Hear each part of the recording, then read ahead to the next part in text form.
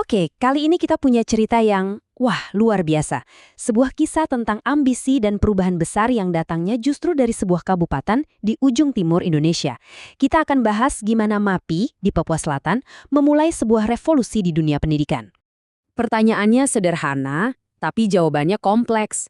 Gimana caranya sebuah daerah yang kita tahu punya banyak tantangan bisa pasang target segede ini, mencetak 1.000 sarjana untuk mengubah nasib generasi mudanya? Yuk kita telusuri bareng-bareng.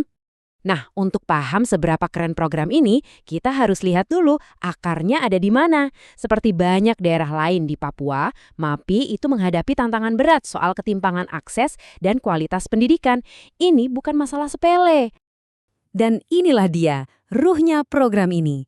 Ada ketakutan besar bahwa tanpa ada terobosan, anak-anak asli MAPI cuma akan jadi penonton, ngeliatin daerahnya dibangun sama orang lain.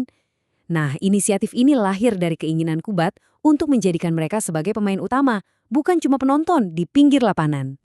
Jadi, ada 3 pilar utama di baliknya. Pertama, investasi besar-besaran ke sumber daya manusia. Kedua, memastikan semua anak MAPI, bahkan yang dari kampung paling jauh sekalipun, bisa ngerasain pendidikan tinggi. Dan yang ketiga, secara aktif ngejar ketertinggalan regional di wilayah selatan Papua. Keren kan?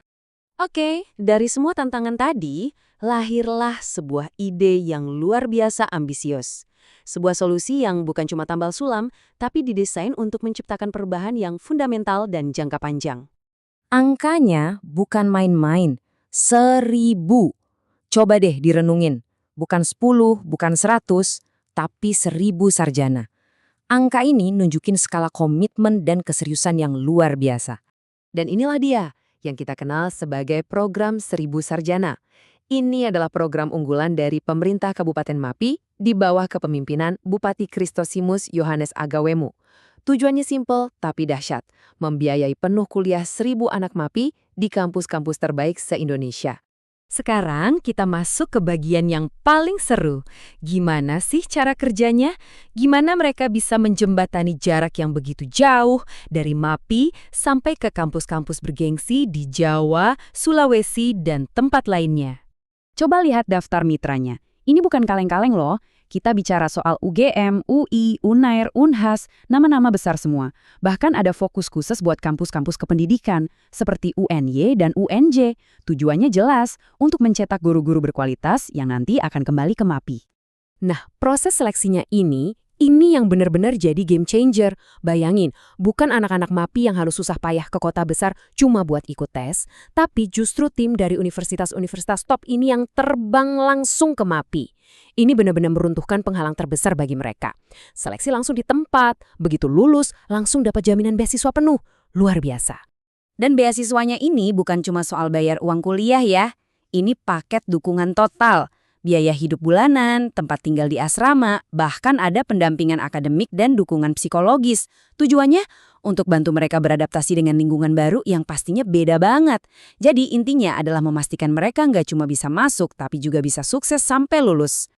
Terus, apa big picture-nya? Apa tujuan jangka panjangnya? Program ini jelas bukan cuma sekedar nyekolahin anak-anak, tapi ini adalah bagian dari sebuah strategi besar untuk membangun Papua dari dalam. Hebatnya lagi, keberhasilan program ini udah kelihatan hasilnya.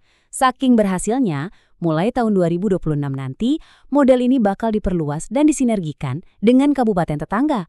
Ada Merauke, Bovendigul, dan Asmat. Ini bukti nyata kalau model MAPI ini berhasil dan jadi inspirasi buat seluruh wilayah Papua Selatan. Jadi, pada dasarnya, program 1.000 Sarjana ini adalah wujud nyata dari amanat otonomi khusus Papua.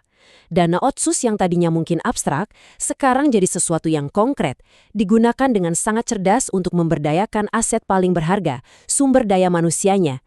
Inilah fondasi kemajuan yang sebenarnya. Dan ini membawa kita ke satu pertanyaan besar di akhir. Kalau MAPI, dengan segala tantangannya, bisa melakukan ini, mungkinkah model ini jadi cetak biru untuk pemerataan pendidikan di seluruh penjuru Indonesia? Sebuah pertanyaan yang saya rasa penuh dengan harapan.